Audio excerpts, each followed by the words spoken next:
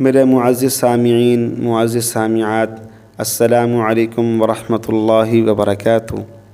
میں امید کرتا ہوں کہ آپ ایمان اور صحت کی بہترین حالت میں ہوں گے اور دعا گو ہوں کہ اللہ تعالیٰ آپ سب کو اپنے حفظ و امان میں رکھیں۔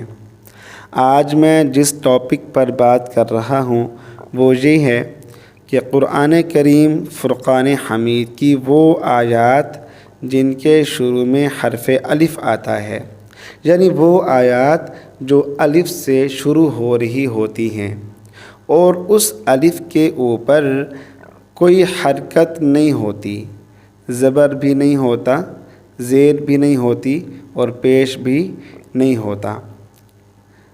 مثال کے طور پر آپ سکرین پر دیکھیے، یہاں پر الذی یصلی النار الکبریٰ الف سے شروع ہو رہی ہے آیت، اور الف کے اوپر زبر بھی نہیں ہے، زیر بھی نہیں ہے اور پیش بھی نہیں ہے۔ اسی طریقے سے آپ آ جائیں سورۃ الناس میں، الذی یوسوس فی صدور الناس، یہاں پر بھی الف کے اوپر زبر نہیں ہے، زیر نہیں ہے، پیش نہیں ہے۔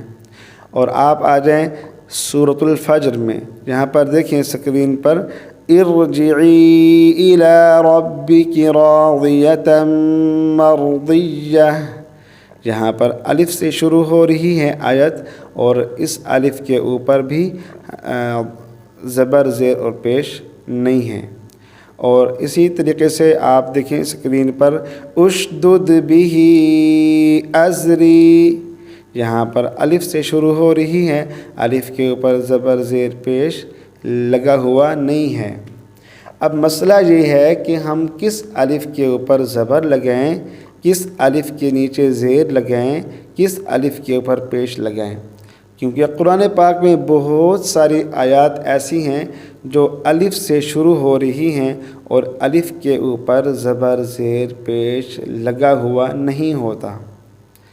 تو اس کا بہت سمپل اور سادہ سا جواب یہ ہے کہ آپ اس کو اپنے ذہن میں بٹھا لیجئے۔ عام طور پر یہ بہت سارے لوگوں کو اس چیز کا علم نہیں ہے۔ ان کو اتنا معلوم ہے کہ ہم نے یہاں پر الذی یصلی النار الکبریٰ پڑھنا ہے اور یہاں پر الذی یوسوس فی صدور الناس، یہاں پر ہم نے زبر پڑھنی ہے، اور اسی طریقے سے ارجعی الی ربک میں ہم نے زیر پڑھنی ہے، اشدد بہ ازری میں یہاں ہم نے الف کے اوپر پیش پڑھنا ہے۔ اتنا تو ہمیں معلوم ہے، وہ اس لیے معلوم ہے کہ ہم اپنے اساتذہ کو سبق سنا چکے ہوتے ہیں اور وہ ہمیں بتا چکے ہوتے ہیں کہ یہاں پر زبر ہے، یہاں پر زیر ہے۔ لیکن اصل مسئلہ یہ ہے کہ یہاں پر زبر ہے کیوں، زیر کیوں ہے؟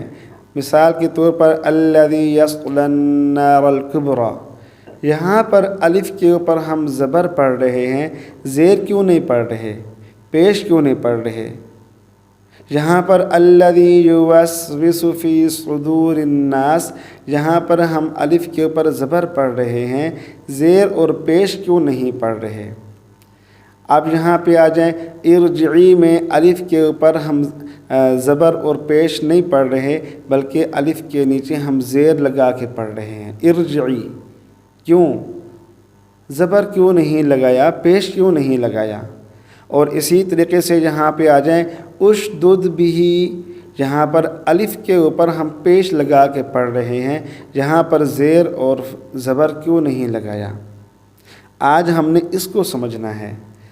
تو بہت ہی بہترین اور بہت ہی آسان اس کا جواب ہے کہ آپ یوں دیکھیں کہ اگر کوئی آیت حرف الف سے شروع ہو رہی ہو اور الف کے بعد والا حرف لام ہو، اگر کوئی آیت الف سے شروع ہو رہی ہو اور الف کے بعد والا حرف لام آ جائے تو ہم الف کے اوپر زبر لگا کر پڑھیں گے۔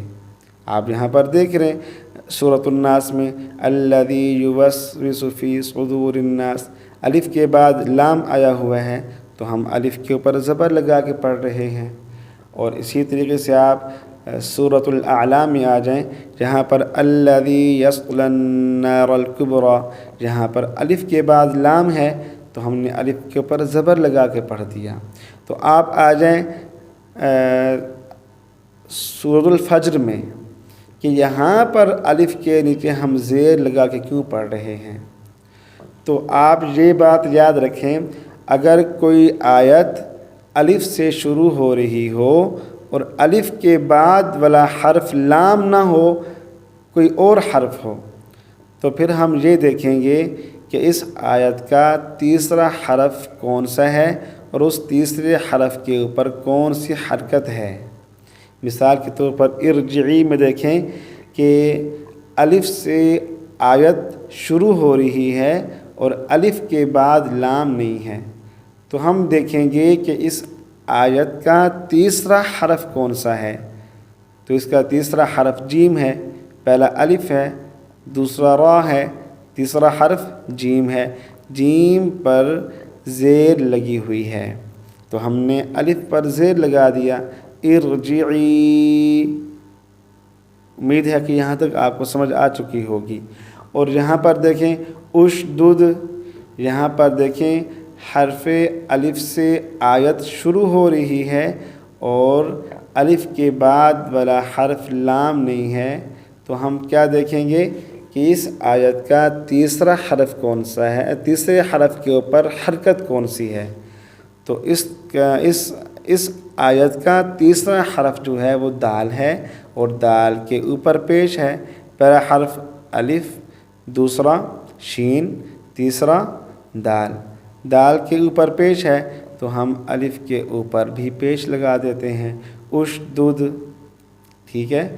تو اور باقی پورے قرآن میں 5 الفاظ ایسے ہیں جہاں پر یہ قانون نہیں چلتا، اس پر انشاءاللہ میں تفصیلی ویڈیو بنا دوں گا۔ امید کرتا ہوں کہ آپ کو ویڈیو اچھی لگی ہوگی۔ اگر ویڈیو اچھی لگی ہو، آپ کی معیار پر پورا اترتی ہو، تو آپ ہمارے چینل کو سبسکرائب کر دیں، لائک کر دیں اور کمنٹ باکس میں جا کے ایک اچھا سا کمنٹ کر دیجئے۔ اپنا ڈھیر سارا خیال رکھیے گا، ملتے ہیں بہت جلد۔ السلام علیکم ورحمۃ اللہ وبرکاتہ۔